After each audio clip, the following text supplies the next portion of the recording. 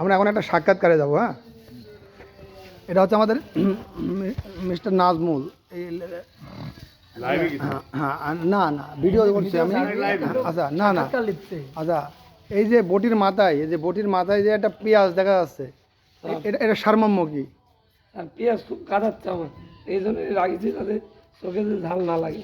ও পেঁয়াজ, এই পেঁয়াজটা থাকলে চোখে ঝাল লাগবে না? না, কম লাগতেছে। কম লাগছে? দিয়ে আমার দিকে তাকা দেখি, চোখের মধ্যে পানি দেওয়া আছে, হালকা ঝাল কম লাগতেছে। ওই ব্যক্তি দেয় নাই কেন? আমাদের টাকা দেখি, চেহারা দেখি, এটা তো চোখের মধ্যে পানি নাই, ঠিক আছে? পানি নাই, তো বটির মাথায় পেঁয়াজ নাই, পেঁয়াজও নাই। তাহলে এটা আমি একটাই বিয়ে করছি, একটাই প্রেম করছি, এই জন্য তো সার্থক, এই জন্য চোখে জল নাই। আর ওই শালা তো প্রেম করে কাটতে, এই জন্য চোখে জল।